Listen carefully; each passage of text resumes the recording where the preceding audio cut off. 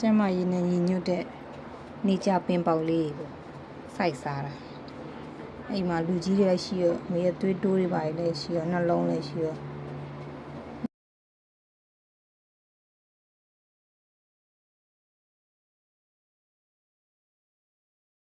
ရိုးရိုးရေနဲ့ပဲ16ရက်နေ့ကစိုက်ထားတာပေါ့နော်ဒီ24ရက်နေ့တပတ်ပြည့်တဲ့ချိန်ဒါဖော်ပြားလေးဖော်ကနည်းနည်းထူသွားတလက်မဆိုမှလည်းတလက်မနည်းနည်းလေး6စင်တီမီတာလောက်ဆိုကောင်းတယ်ဖော်ကနည်းနည်းထူသွား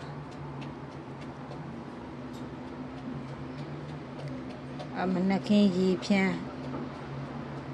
နေလေးကို2နာရီလောက်ပဲပြီးရင်ဟိုအလင်းရတဲ့နေရာမှာပြန်ထား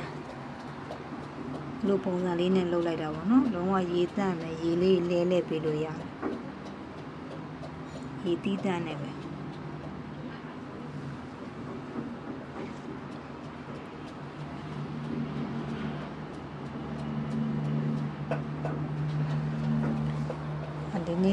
ဒီနေ့စားတလောက်လေးပေါ့နော်ကိုစားတလောက်လေးပဲ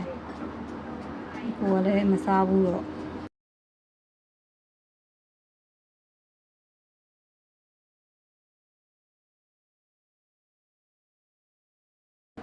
လူကြီးနဲ့ပို့တင်းတော့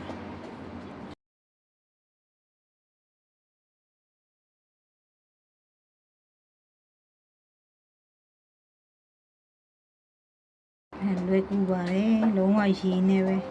တပတ်ပြည့်တော့